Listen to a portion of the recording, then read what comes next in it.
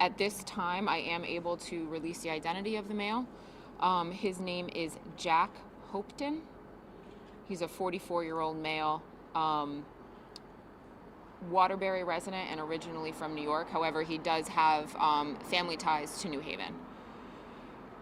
He was pronounced on scene, and he succumbed to gunshot wounds.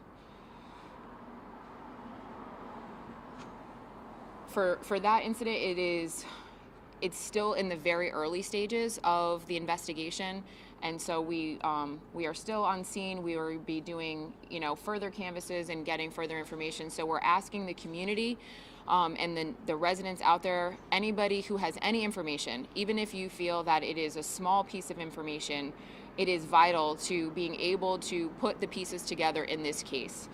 So you can call the Detective Bureau, but you also can call the tip line.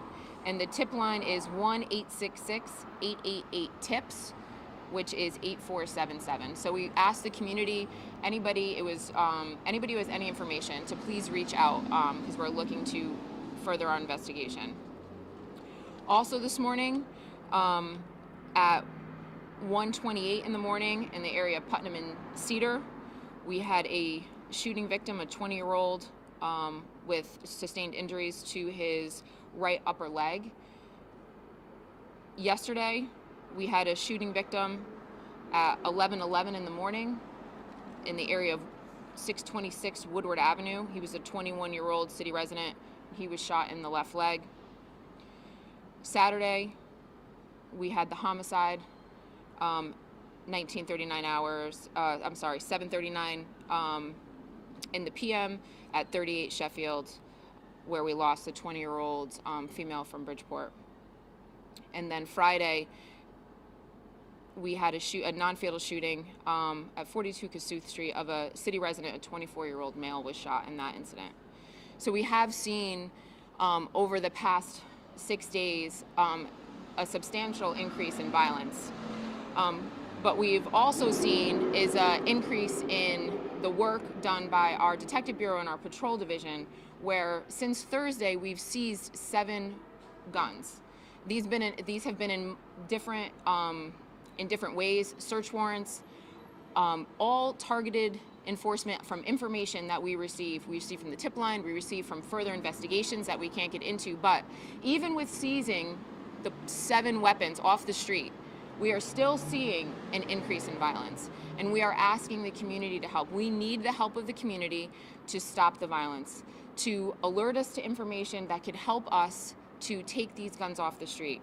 We did a gun buyback, and we were able to get 130 weapons turned in at that buyback, a very successful buyback.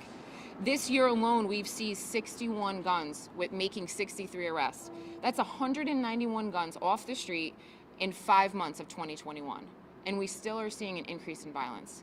We are committed to the city of New Haven. We are committed to decreasing this violence with many programs that we have been doing over the years that we know that work, but we still are asking for the help of the community. Like the mayor said, we had a PSN, a Project Safe Neighborhood call-in just last night where 14 individuals came. We offered them services, and we are hoping that those services are going to help those gentlemen at that call-in to make choices to stop the violence for themselves, for their neighborhoods.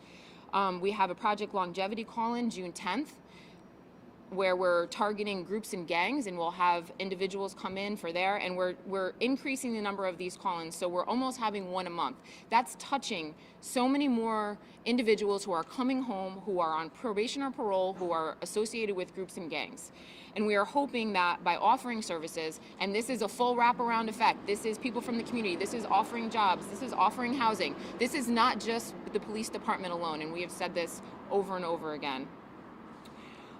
We are going to be starting up the shooting task force, and they're going to be looking at old, cold cases where we have exhausted where we think of leads, and we're going to be looking for more leads, and also incidents of just shots fired where no individual has been struck. Many of those are the key pieces to stopping future violence. Chief Jacobson can get into the Crime Intel Center that we're going to be doing and how we're going to be utilizing that to help with the shots fired. But we do have many things in place. We do daily intel meetings 4 days a week. We meet with all of our partners, federal partners, local police departments, and we talk about how we can help to stop the violence in our community and the surrounding communities, because many times it's intertwined. So with that, I'm going to let Chief Jacobson talk about the Crime Intel Center, and then we can take any questions. Thank you, Chief. Thank you, Chief. Thank you, Mayor. I want to start by thanking the detectives and the officers that are out there day and night. The nighttime squad had to deal with the death of a firefighter, holding that scene for several days, dealing with that. 2 homicides this week, several shootings. You know, working overnight can usually be a little slower at times, but these young men and women have worked extremely hard, secured scenes, secured suspects, and just doing their job the right way. And we thank them. And they're going to keep doing their job.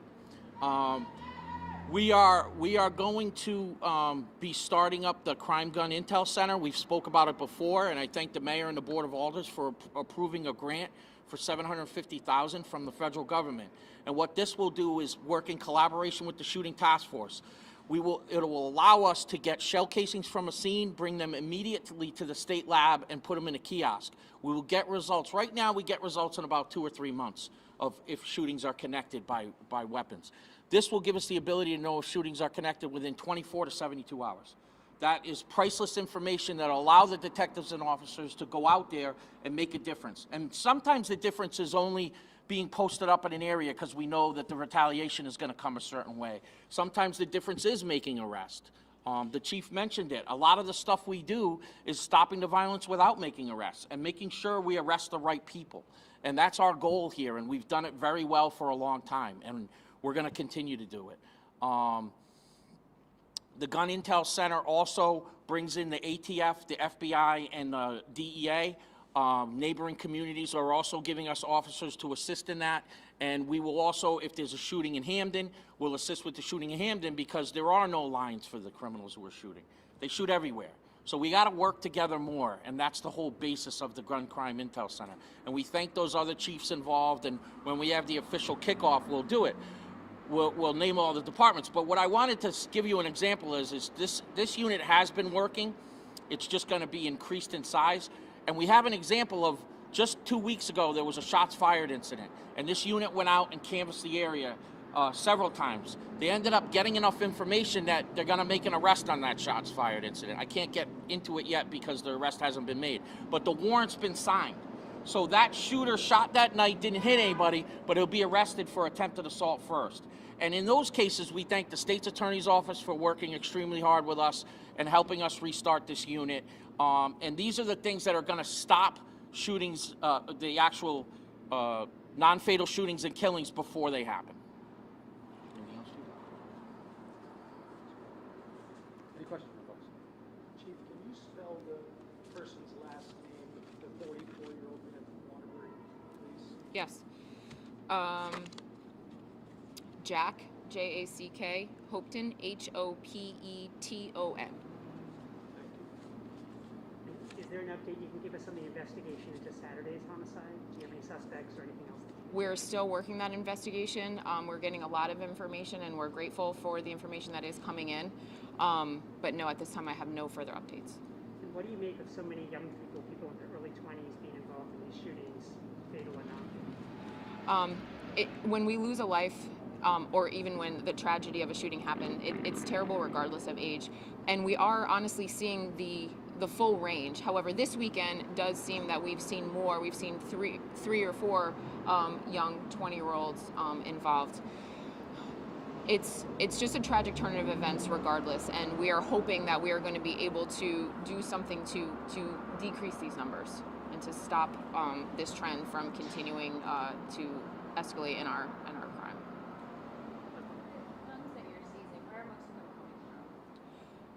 Is there like are they registered in the city? Are they coming from certain places? Do you want to answer? Yeah. So, in part of the investigation, the guns are traced back to their origin, and we call it gun to crime date. So you'll have a gun that might have been registered 6 years ago, and now it pops up in a crime. We see a large influx of guns from the south. There's it's easier ways to get guns in the South. ATF just had a big case related to North Carolina. I can't get into the specifics of it. And then we see a decent amount of stolen guns as well. So the answer to that question would be from the South, and then there is a decent amount of stolen guns. Is the shooting task force up and running right now? How many officers are on it, and what's the work they're doing? So yeah, it is up and running now. We have 2 Yale officers on it. We have 2 detectives on it of our own and 2 officers of our own, and we also have a dedicated Department of Corrections intel officer. He stays in the office and does workups and listens to phones and stuff like that. So. Can you tell us a bit about what, big picture, what is the work that, or more detail, what is the Well, work that's they're looking, like the chief said, at cold cases. They're looking at shots fired incidents. They're looking at the cause of the violence. So maybe we can, through their intelligence, we can help put officers in the right place. I believe as the mayor mentioned, walking beats. We want to put those walking beats where they're going to mean the most for the city. So, you know, that's about what they're doing, you know.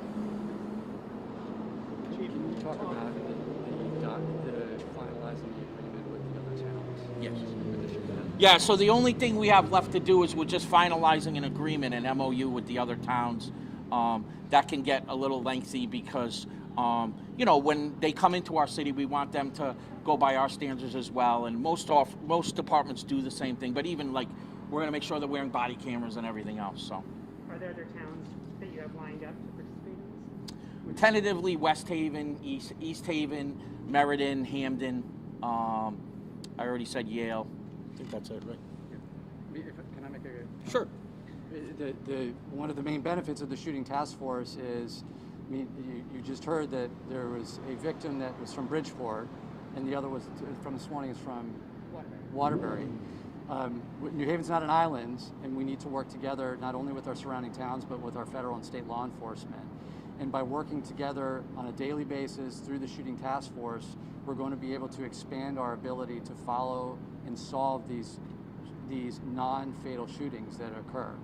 And so that's why it's so important for us to collaborate with other towns and also our federal and state law enforcement in a very controlled way through the shooting task force. Chief, how about a little bit on where the pond case stands and when you expect him to be extradited and kind of what goes into an extradition? I don't have any updates for the Pan case. As soon as we get information, we will release it. Talk about the timing here because of the obviously towards the end of the pandemic, also summer, weather's warming up. Does that have anything to do? I know we see it every year, but particularly with the pandemic, does that have anything to do with it? I do think we do. I think that, people have been not working. People have not had access to things that we normally have access to. People are hurting, people are struggling. And I think that some of the violence that we're seeing is a direct relation to the pain and the isolation that we have felt throughout the pandemic. And if you look around the state and even around the country, we're seeing these increase in violence, following the same types of patterns. So it's not just specific to New Haven, Bridgeport, Hartford also are seeing increases. And yes, I do think that that does play a part. I mean, not working from home, not having, just having stressors of life, and it's affecting people in different ways. And I think one way it's manifesting is in an increase in violence. And can you just remind us, what's the best way for the public to help you all solve these crimes? The tip line, or even calling the Detective Bureau, and the tip line again is 1-866-888-TIPS. We listen to every single tip that comes in, and any information you want to leave, it can be anonymous. You can leave information so we can call you back. But we take every anonymous tip, any tip, seriously, and we thoroughly vet it out. Obviously, you guys are talking to families of the victims. Is there anything that you want to say to some victims who call us heartbroken, needing answers, waiting on an arrest? We are always here. Every case is assigned a detective, and if there is a family, and our deepest condolences over this weekend, the amount of tragedy that has been experienced by the not just the victims themselves, but the families. I can't even begin to imagine the heartbreak. Please reach out. The detective is able to give you as much information as they are able to give you, but they are able to at least have that conversation. If you are not feeling heard, I want to know. The chief wants to know. We want to be able to have every family feel supported. And a lot of times it's just not understanding the process, not explaining it, because we're thinking maybe in our way of thinking and we know how it has to go, but this is something that no one ever expects to have to prepare for. So anything that we can do, anybody that needs further support, we are here for you, and we are here to guide you through this process. Nancy Jordan is our victim's advocate, and it's not just for homicides. And we can connect with other resources, we can connect with other support groups. There's so much support out there. And if we need to do a better job, please let us know, and we will make sure that the families are getting the support that they need. Did you say Mr. Victim is from Waterbury? Our last address that we have is from Waterbury, but there are close ties to New Haven. Okay. Thank you. Thank you.